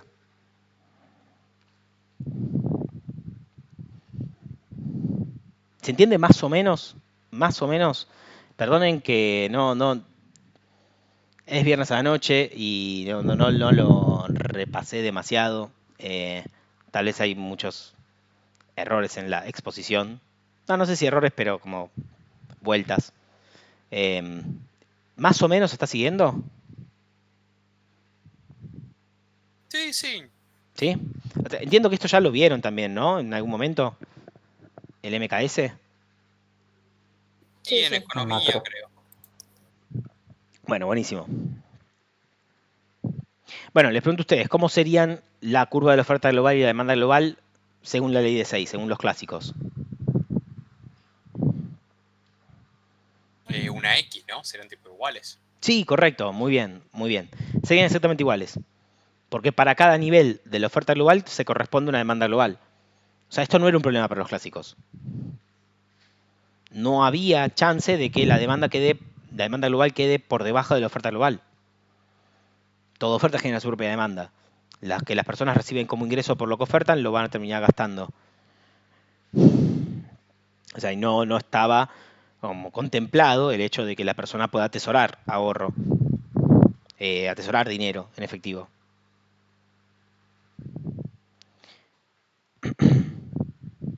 ¿Cuál va a ser entonces la solución de Keynes? Bueno, hay que incentivar la demanda agregada, hay que ponerse a gastar, hay que gastar. Vamos a ver que lo que va a proponer él principalmente es gasto público. También políticas monetarias expansivas, pero eso tenían un problema en las recesiones que se llama trampa de liquidez. No vamos a llegar a verlo, así que no le doy demasiadas vueltas. ¿Por qué? Porque si incentivamos la demanda agregada, podemos mover el nivel de empleo que estaba en un equilibrio malo hacia el equilibrio de pleno empleo. Y este va a ser el rol que va a tener el hacedor de política económica. Incentivar la demanda agregada y llevarla hasta el nivel de pleno empleo. Otra cosa que es una recontra lástima es que no vamos a tener una segunda clase como para ver, o una tercera clase como para ver las críticas a Keynes. Ver a Friedman, ver a Ratex. Nos vamos a quedar acá, ¿no? Pero bueno. Esto no asume, o sea, mientras mayor gasto, no asume también un proceso inflacionario, donde hay un mayor gasto y caen los... Correcto, pero no. No. La respuesta es que Keynes lo que va a decir, y esto, y gracias que me tocaste el tema, lo que va a decir Keynes es, esto no va a llevar inflación. Vamos a poder imprimir más dinero o vamos a poder gastar más. O sea, es más, lo mejor incluso es gastar dinero imprimiendo más, no tomando deuda, ni hablar subiendo impuestos, ni hablar. Lo más expansivo posible es gastar imprimiendo plata nueva. Es lo mejor que puedes hacer. Porque mientras vos estés lejos del pleno empleo, dice Keynes, tengas máquinas sin usar, trabajadores sin usar, bueno, el empresario va a poder aumentar, o sea, poner a producir esas máquinas, esos trabajadores y poder ofrecer los productos al mismo precio que tenía antes. O sea, el aumento de la demanda que va a ver él, va a llevarlo a que contrate más gente y pueda seguir vendiendo al mismo precio de antes. Ahora, lo que sí ya no puedes hacer es incentivar la demanda agregada más allá del pleno empleo. Porque ahí el empresario no va a poder echar mano ni a máquinas nuevas ni a trabajadores nuevos. La única opción que le queda es aumentar los precios.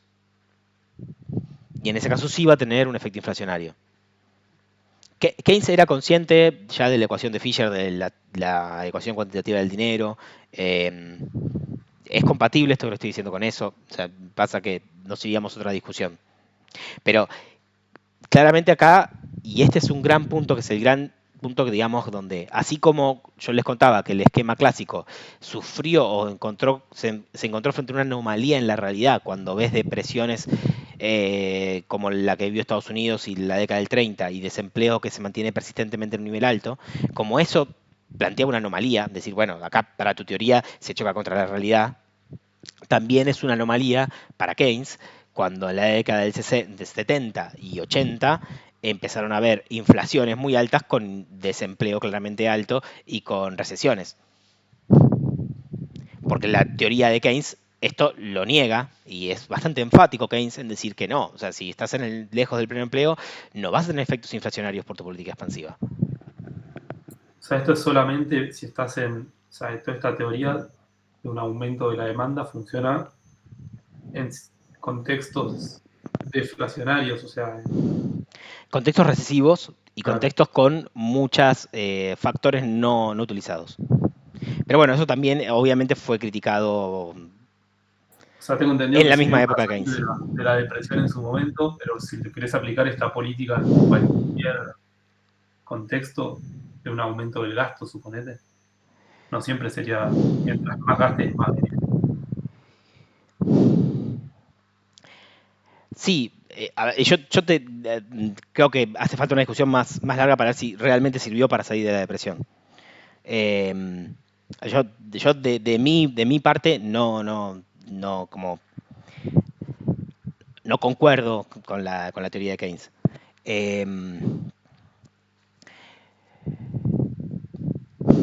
A ver.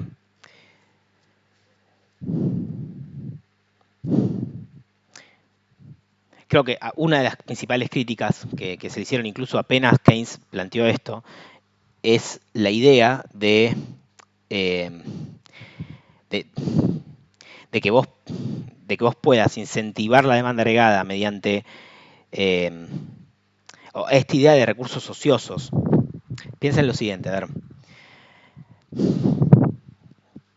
Que esa es la crítica que le decía Hayek. Si vos podés tener un nivel de desempleo alto y vos, no sé, empezás a gastar más, sea con, no sé, imprimir dinero para que esos trabajadores encuentren un empleo, etc. Es posible, la idea de Keynes solamente sería lógica si vos tenés recursos ociosos de todos los factores productivos a la vez. Es decir, tenés trabajadores desempleados, máquinas sin utilizar, recursos sin utilizar, combustibles sin utilizar. Porque ¿qué pasa si, por ejemplo, hay desempleo alto, pero nada, en los otros sectores de la economía los tenés a tope, digamos. Sí, ¿qué pasa si yo, por medio de programas de gasto público, hago que una empresa que no le da rentable contratar a alguien, ahora empieza a contratar? Y contrata trabajadores de ahí. Está bien, se reduce un poco el desempleo. Pero esa empresa tal vez era muy intensiva en uso de combustible. Y al comprar mucho más combustible, lo que va a hacer es elevar los precios de los combustibles. Elevar los precios de las naftas. Y otras firmas que desde el momento era rentable su ecuación, utilizando la nafta que utilizaban a los precios que tenían, tal vez ahora les deja de ser rentable y empiezan a quebrar. Entonces, vos mediante esa intervención en la economía, lo que terminaste generando es que empresas que tenían su ecuación de rentabilidad perfectamente equilibrada, incluso en la situación de recesión, les rompiste el esquema. O sea, modificaste los precios relativos de forma de que pasaste a ser no rentables sectores que antes, incluso en las malas, eran rentables. Y que eso era la señal de que, bueno, que ese sector necesitaba llevar recursos hacia ahí. No sé si se entiende este ejemplo, pero es una crítica que le hace Hayek. Pero, o sea, cada economía en realidad tiene sus precios relativos óptimos. O sea, por ahí para una economía, por cómo está desarrollada, le conviene que cierto producto tenga un precio relativo inferior y no le molesta que aumente, más allá de que por ahí hay empresas que sean intensivas en el uso o ya tengan un precio relativo óptimo, como dijiste, del combustible, que aumente o llegue a su quiebra, por ahí para el total de la economía no le afecta. Porque No, sé. pero el caso es que para que no le afecte, sí, bueno, pero vos decís, bueno, tal vez el total de la economía no le afecta, intervino el Estado y hizo que unas empresas les vaya bien y otras les vaya mal. Bueno, pero con esa intervención estás modificando con la estructura de precios libre de mercado, incluso en las malas, empresas que funcionaban las estás haciendo funcionar peor o directamente llevándolas a quebrar o a producir menos.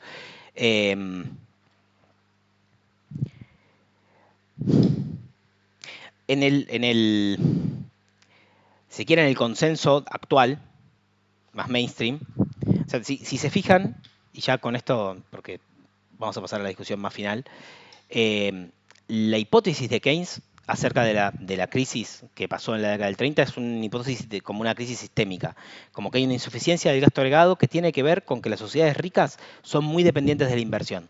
Las sociedades ricas consumen poco y una gran parte ahorran y ese ahorro tiene que ir a inversión y ahí estamos en un problema. Tiene que ver con eso y con otra cosa más, que es que la tasa de rentabilidad, y esto es parecido en el argumento al argumento que daba Adam Smith, la tasa de rentabilidad en el largo plazo de la economía, a medida que Keynes llamaba eficiencia marginal del capital, que era como la tasa de rentabilidad que tiene relacionada una inversión, ¿no? Es decreciente a medida que se acumula capital, dice Keynes. Y esto es bastante lógica con Adam Smith también. A medida que tenemos más capital acumulado en la economía, la rentabilidad promedio de una inversión es menor. O sea, hay más capitales compitiendo entre sí.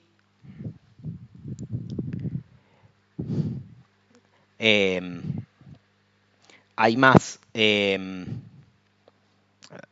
no sé, yo me compro para hacer una máquina de helados y si todo el mundo empieza a comprar para hacer máquinas de helados, bueno, evidentemente los precios de los helados que voy a vender finalmente van a bajar y la rentabilidad que yo tengo asociada a mi proyecto de inversión va a ser menor.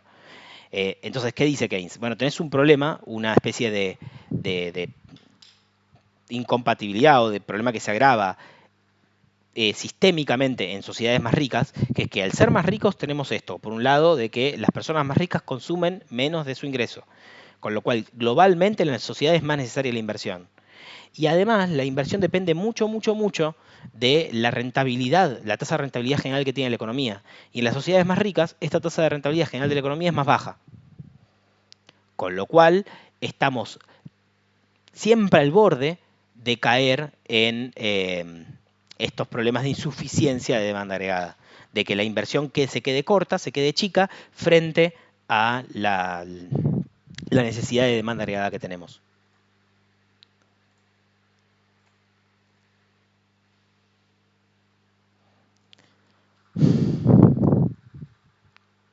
Bueno, pero vamos a hacer una cosa para cerrar este punto. O sea, lo que les acabo de decir, si no les quedó muy claro, lo vamos a volver a ver ahora, ¿ok?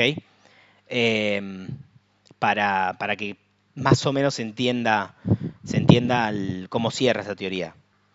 Les pregunto a ustedes, hasta acá, disculpen la discusión anterior, lo que les comentaba la crítica de Hayek, si quieren después busco algo para pasarles, pero bueno, no vamos a llegar a ver eso muy a fondo, así que, o sea, entiendo que la crítica de Hayek acerca del pleno empleo y de cómo vos podés emitir sin generar inflación cuando estás muy lejos del pleno empleo, lo que dice es, eso solo es válido si existe desempleo de todos los recursos, de todos los factores de producción posibles, pero no, eso no es una situación realista.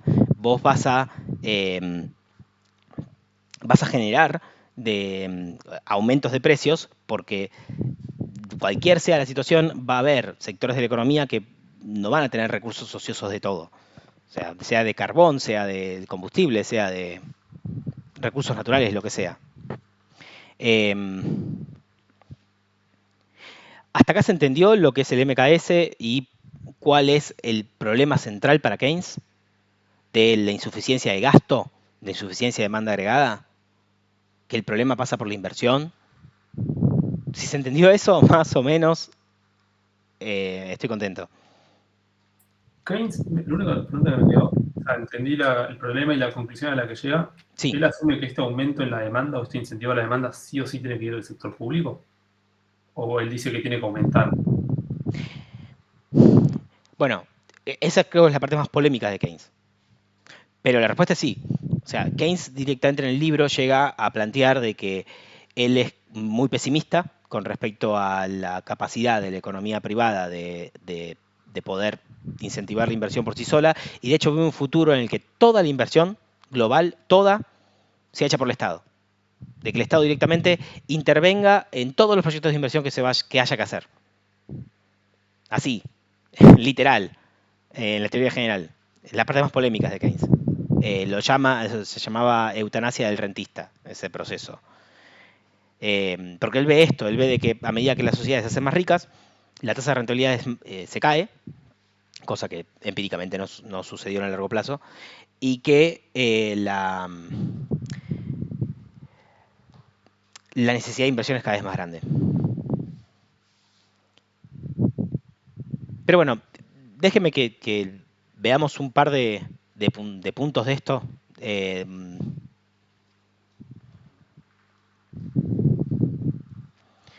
Así cerramos la clase. Entendamos un par de elementos. A ver. Bueno, esto no vamos a llegar a verlo porque... Lo que les pido que entiendan es, primero, propensión marginal a consumir, todos los que están acá saben lo que es. Es la fracción del ingreso, de un aumento del ingreso que consumo. Lo que va a decir Keynes es, bueno, esto es estable. O tiende a ser muy estable con respecto a la inversión.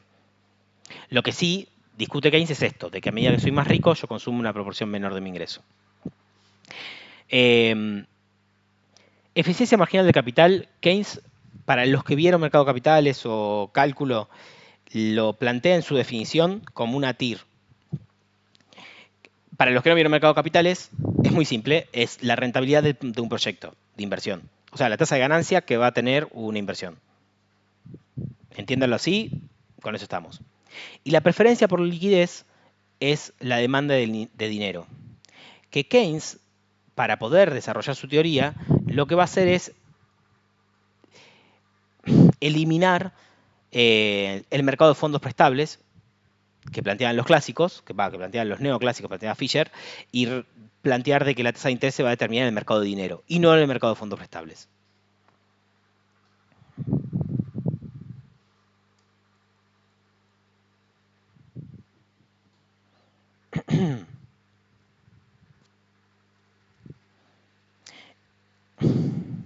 Entonces, él plantea una demanda de dinero que tiene una pendiente negativa frente a la tasa de interés, ¿no? Básicamente esto se puede entender como, bueno, si tengo una tasa de interés muy alta, yo voy a querer quedarme con poco efectivo en la mano, O sea, voy a preferir ponerlo en un banco y prestarlo, o ponerlo en un plazo fijo. Y si tengo una tasa de interés muy baja, voy a querer tener mucha liquidez, ¿no? ¿Por qué él le plantea como preferencia por la liquidez? El nombre ya es bastante notorio, o sea, para ser claro en lo que él está diciendo. Él lo que dice es que habla de demanda de dinero como demanda de dinero líquido, demanda de dinero vivo, ¿no? De billetes. Y dice, es la primera forma que adopta el ahorro. O sea, yo tengo un ingreso, ese ingreso lo divido entre consumo y ahorro, y luego el ahorro decido cuánto me quedo en dinero en efectivo y cuánto, no sé, presto o a otra persona o a una empresa o a lo que sea. Pero primero tengo esta decisión de decidir cuánto voy a... vamos a hacer así. Cuánto es lo que voy a quedarme en efectivo y cuánto es lo que voy a prestar.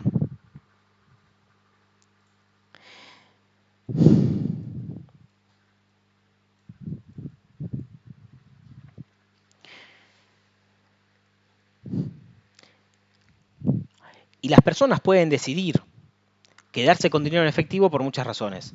Una es por seguridad, porque tener dinero, si presto o si invierto, sé que eso la persona tal vez no me lo devuelve o la inversión sale mal, entonces quedarme el dinero en efectivo sirve. Es útil porque si tengo mañana un accidente o llego a casa y no funciona la cerradura, bueno, me sirve tener dinero en efectivo. Pensemos que estamos en épocas que no existían tarjetas de débito, no existían otras formas de dinero más líquidas. Y además tiene un componente especulativo, que es que si estoy en contextos de deflación, me sirve tener dinero porque pienso que mañana los precios van a bajar, con lo cual tener dinero hoy me conviene.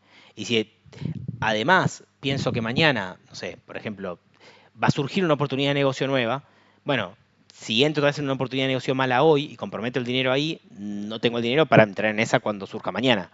Si pienso que la tasa de interés en un futuro va a subir, tal vez no me conviene comprar un bono hoy, me conviene comprarlo mañana. Entonces me conviene quedarme con el dinero en efectivo. Entonces lo que dice Keynes es, sobre todo en situaciones de deflación, la demanda especulativa de dinero es muy alta, porque sirve tener ese dinero en efectivo. Pero siempre sirve tenerlo. Entonces él lo que hace es modelar esta demanda de dinero. Y agregándole esto que ya discutimos, como función del dinero, además de ser unidad de cuenta y medida de cambio, que sea reserva de valor. En que entonces uno pueda tener dinero simplemente por atesoramiento, que no se consuma ni se invierta, que simplemente se quede en efectivo, en poder del usuario. Y acá plantea este mercado de dinero, que nosotros ya conocemos clásicamente el LM. En la cual, si tenemos una oferta monetaria que está fija, porque es determinada por la cantidad de dinero, la tasa de interés para Keynes ya no se va a determinar en el mercado de fondos prestables, sino que se va a determinar en el mercado de dinero.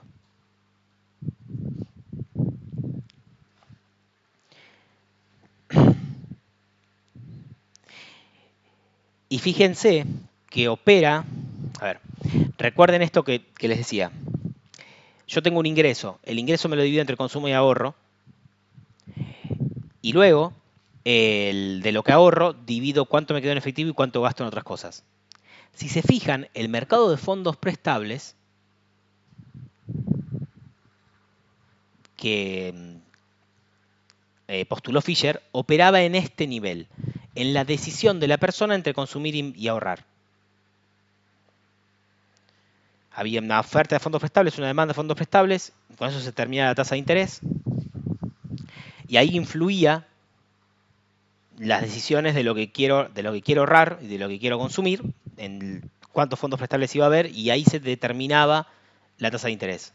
Ahora, lo que dice Keynes es no, eso no funciona así. Para Keynes, las personas deciden cuánto consumir por cuestiones más o menos estables, y el ahorro es solamente un residuo, es lo que yo no consumí en el mes. Y ahora, con ese ahorro sí decido en qué gastar la plata que ahorré. Y el mercado de dinero funciona en este nivel de decisión.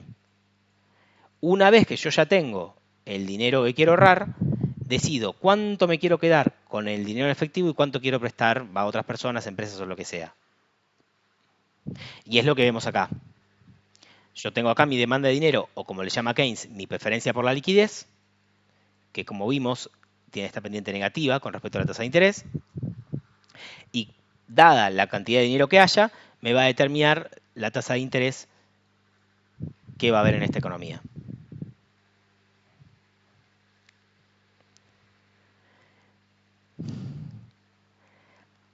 El mecanismo por el que explica Keynes de cómo aumentos, por ejemplo, la cantidad de dinero pueden llegar a hacer bajar la tasa de interés, tiene que ver con esto de la forma en que lo explica él es que al aumentar la cantidad de dinero tengo más saldos reales, entonces puedo comprar más bonos, por ejemplo, y al comprar más bonos aumenta su precio. Lo que se traduce como contracara del aumento del precio de los bonos es la caída de la tasa de interés, ¿no? Y así opera.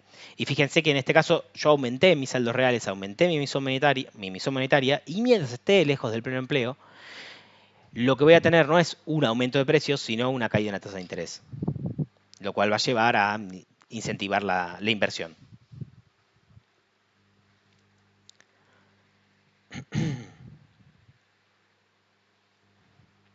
Fíjense que Keynes cambia los conceptos de cómo lo venían entendiendo los clásicos.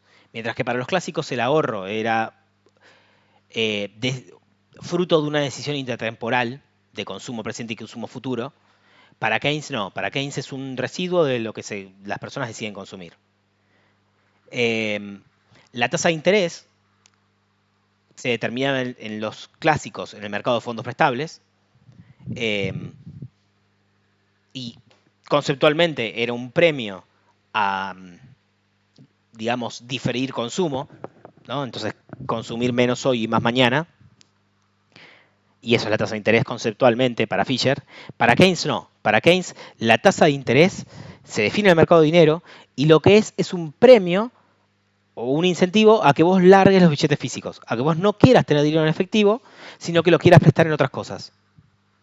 ¿Se entiende? La tasa de interés es lo que te convence a vos de no quedarte con la plata en efectivo, sino de darla. Si la tasa de interés es muy alta, bueno, es un premio alto para que, bueno, larga la plata, vas a dar y no vas a querer tener el efectivo en tu poder, sino que lo vas a querer invertir. Y el dinero, bueno, le suma esta cualidad de ser reserva de valor.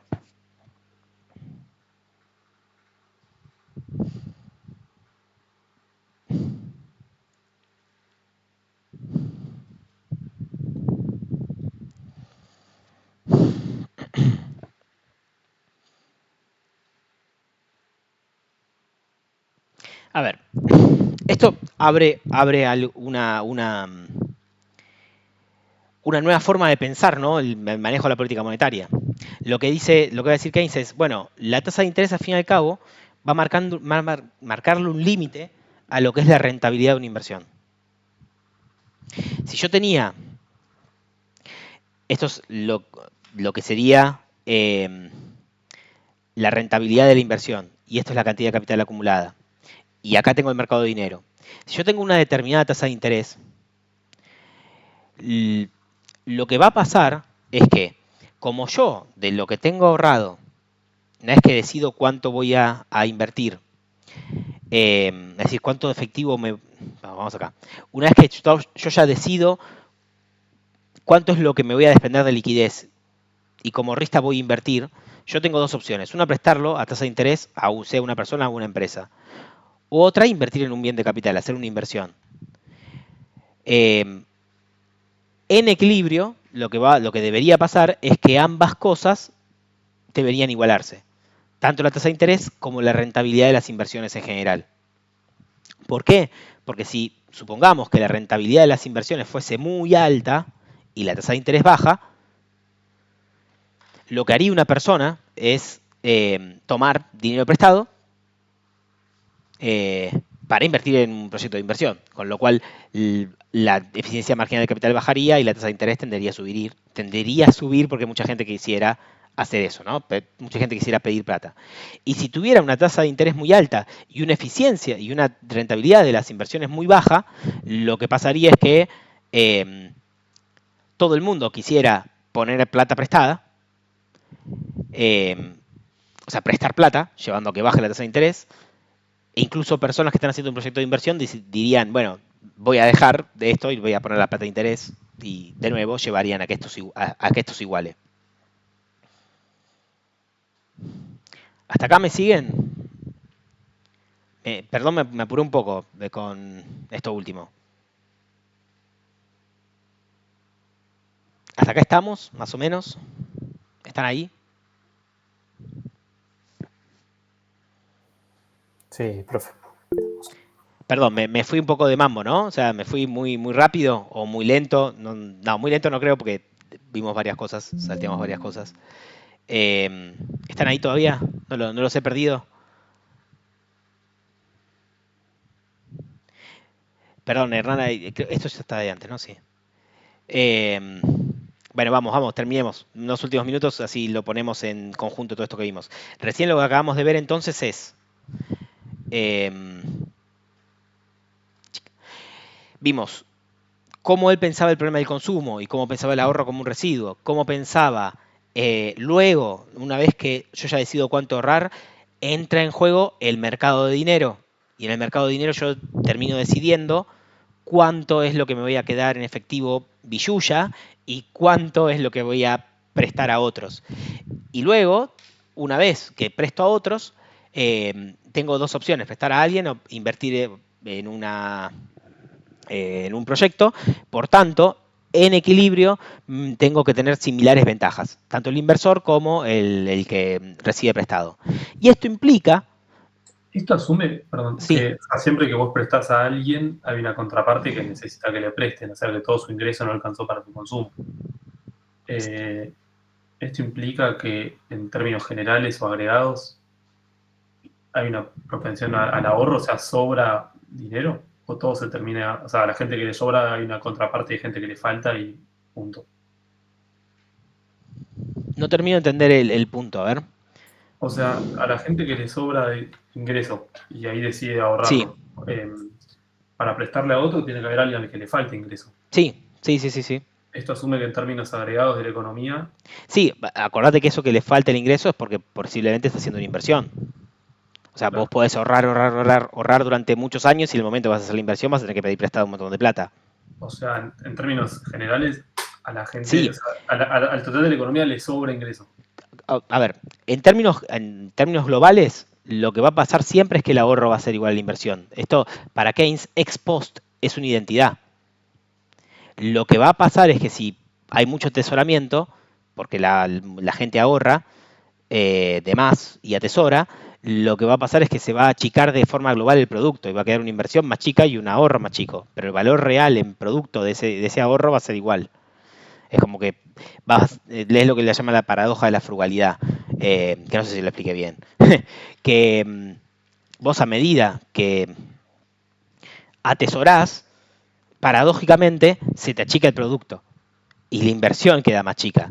Y siempre va la parte que queda de ahorro, de lo que es ahorro en cuenta nacional, va a ser igual a la parte de inversión. Porque lo atesorado es como que no está por fuera. O sea, no va a entrar en ningún momento. O sea, no va a entrar en el periodo que está siendo atesorado, digamos. Pero no sé si eso va a tu pregunta. No sé si es específicamente era... Sí, perfecto.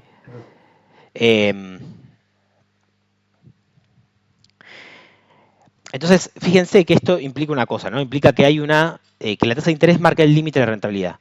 Entonces, por ejemplo, todo este espectro de proyectos con una tasa de interés que está en este nivel es rentable, ¿no? Todo este espectro de proyectos que está acá. Ahora, los proyectos que tienen una rentabilidad menor a la tasa de interés no se van a realizar, porque yo lo que voy a hacer es comparar la rentabilidad del proyecto que voy a hacer versus la tasa de interés. Si me paga más dejar la plata en el banco en un plazo fijo, no voy a hacer la inversión.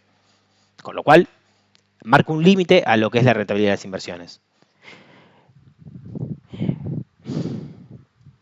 Lo que implica que, efectivamente, si yo tenía una tasa de interés en I0 y puedo manipular la oferta monetaria, entonces bienvenido sea,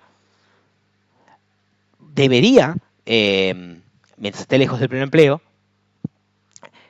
imprimir más dinero para bajar esa tasa de interés y tener un span de proyectos rentables mayores. Y dado que ahora tengo más proyectos rentables, aumenta la inversión y perfecto, aumente la demanda agregada. Genial. Hasta ahí todo bien. Voy a pasarme esto para que se entienda, para tener una discusión final. Intentar poner todo lo que vimos en un solo, una sola conclusión para que se entienda algo principalmente, que es cómo Keynes entendía la crisis del 30, no como una crisis particular, y como es hoy en día el mainstream de Friedman cuando él escribe la historia monetaria de los Estados Unidos, se convierte en mainstream diciendo, bueno, pará, si vos ves bien lo que pasó es una crisis bancaria, bursátil, inicial, perdón, una crisis bursátil, una explosión, un crack financiero, que luego se ve agravada en crisis bancaria y en quebrantos generalizados por una política monetaria muy restrictiva. Ese es el mainstream hoy, pasado el tiempo, después de que Friedman agarró, repensó el problema y lo analizó. Keynes, in situ, 1936, escribiendo su teoría general, lo que él dice es, no, acá lo que teníamos es una insuficiencia de demanda, esto que estamos viendo es una crisis del sistema capitalista que va a ir agravándose con el tiempo, y que tiene que ver particularmente con fallas en la inversión. ¿Por qué? Porque la inversión viene determinada por dos cosas para Keynes, ¿no? Primero, por la tasa de interés, que como vimos, según la tasa de interés suba o baje, va a incentivar o desincentivar la inversión, y por el otro, por las expectativas sobre el rendimiento que van en el futuro. Porque la TIR, o lo que él llama la eficiencia marginal del capital, depende completamente de las expectativas sobre el rendimiento que voy a tener en el futuro de una inversión. Si las expectativas de futuro son malas, son aciagas, como decía Keynes, los animal spirits están deprimidos, yo voy a pensar que mis flujos de ingresos futuros de mi inversión van a ser muy bajos, de que yo voy a recibir poca plata por la inversión que haga. Entonces, y por tanto voy a tener una tasa de rentabilidad baja. Esa tasa de rentabilidad no es, digamos, lo que él llamaba como eficiencia marginal del capital, no es algo escrito sobre el papel de lo que tengo de tasa de ganancia hoy, sino que depende de lo que yo creo al iniciar una inversión que va a ser mi rentabilidad futura. Con lo cual, si yo creo que el futuro va a ser malo, eso va a ser malo. Y la tasa de interés, o sea que en un contexto de crisis, lo que vamos a ver es que la eficiencia marginal del capital va a ser baja, va a tender a bajar para todas las inversiones. Y a la vez, con la tasa de interés, lo que dice Keynes es que es inflexible a la baja. De que lo que va a pasar en momentos momentos recesivos es que las personas se van a poner más precautorias y van a demandar más dinero por motivos especulativos. Van a querer atesorar más, van a querer quedarse con más liquidez en efectivo, con lo cual lo que va a pasar, dada una misma cantidad de dinero, es que la demanda de dinero va a aumentar por motivos especulativos. O precautorios. Y la tasa de interés va a tender a subir. Y al contrario de lo que debería pasar, que es que la tasa de interés ajuste hacia la baja para incentivar o igualarse a la eficiencia marginal de capital, en un contexto de crisis, lo que pasa es que procíclicamente las dos cosas juegan mal, ¿no? En contra de que la economía vaya en un equilibrio. La tasa de interés tiende a aumentar por motivos especulativos. La tasa de interés, recordemos que es el premio a que yo me libere la liquidez. Si yo creo que las cosas vienen mal, de que en el futuro los precios van a bajar más todavía, y la verdad es que me conviene quedarme con más dinero en efectivo. La tasa de interés va a tender a subir, vas a tener que dar una tasa de interés más alta todavía si querés que yo preste plata, la ponga en un plazo fijo, lo que sea. Y a la vez, las inversiones futuras voy a creer que van a tener una rentabilidad menor. Con lo cual, esta doble acción, estas dos cosas van a conjugar para que la inversión se desplome. ¿No? Vamos a tener un problema serio. Resumiéndolo, Dillard dice, cuando falta la confianza en el futuro y las previsiones de beneficios son sombrías, el premio necesario para conseguir que los poseedores de riqueza se desprendan de su dinero, o sea, la tasa de interés, excederá el tipo esperado de rendimiento. La inversión y el empleo descenderán a un nivel bajo. Una depresión es un periodo en que el premio que hay que pagar para desatesorar dinero, o sea, tasa de interés, excede al tipo de rendimiento esperado por levantar nuevos bienes de capital de casi todos los tipos. O sea, lo que Keynes llama eficiencia marginal de capital, o la rentabilidad que vos tenés asociada a una inversión. ¿Se entiende? La depresión, dice, es el momento en el cual la tasa de interés te queda siempre por encima de la rentabilidad de las inversiones. Por consiguiente, no se emplean hombres en construir nuevas fábricas y al faltarles la renta, tienen poco dinero para comprar la producción de las fábricas existentes y por tanto la recesión continúa. Entonces, fíjense, Keynes va a resumir su teoría, cuando lean la teoría del empleo del 37, diciendo: la causa del ciclo y la causa de las depresiones son los problemas de la inversión. Es decir, es la insuficiencia de demanda agregada, pero particularmente dentro de esa demanda agregada lo que es insuficiente es la inversión. El consumo más o menos es estable, es la inversión el problema.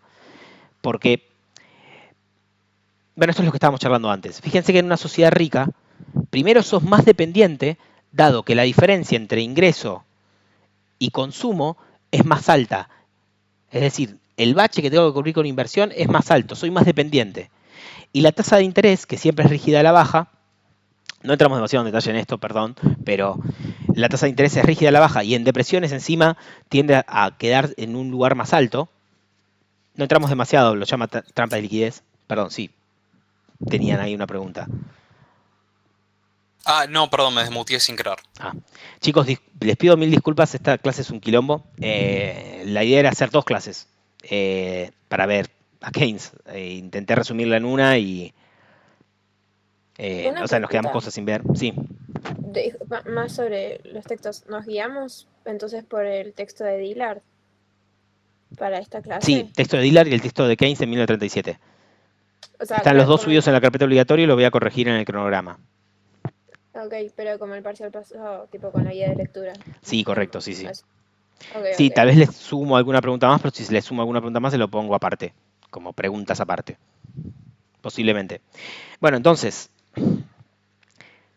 sociedades ricas tenemos este problema. La inversión tiende a ser, somos más dependientes de la inversión, pero tenemos el problema de que como la inversión depende de la expectativa futura de rentabilidad, y como vimos la rentabilidad en las sociedades más ricas es más chica, este problema es cada vez más grave.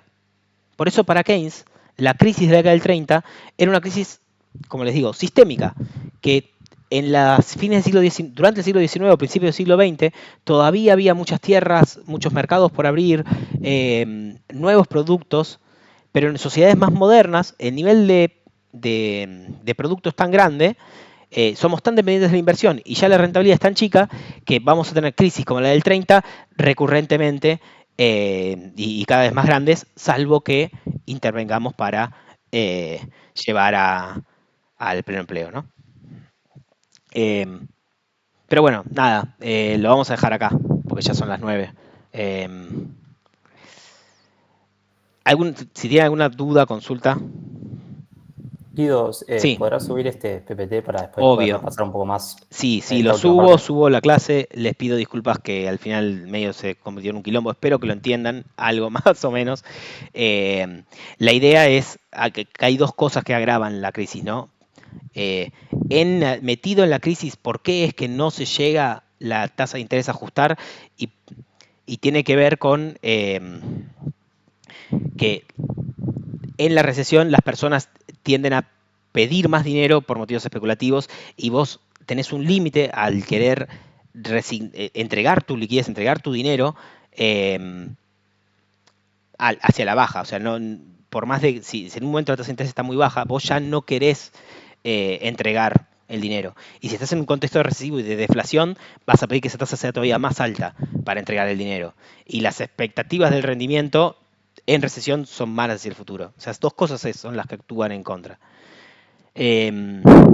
Bueno, nada, es eso. Y cómo mostrar esto, ¿no? Que en sociedades ricas que tienen ya de por sí, ya desde el vamos, son más dependientes de la inversión, y ya desde el vamos, de base, una tasa de rentabilidad general más baja para todas las inversiones, bueno, estos problemas van a ser cada vez más graves. Bueno, hasta acá estamos. Les prometo subir la clase rápidamente. Y bueno, y si no hay alguna consulta, duda. Si no, No, todo bien. bueno, Ok. nada, disculpas nuevamente por el quilombo y nos vemos seguramente para el parcial. Vale. Buen Dale. fin de. Chicos, buen fin de semana. Chao, profe. En fin de...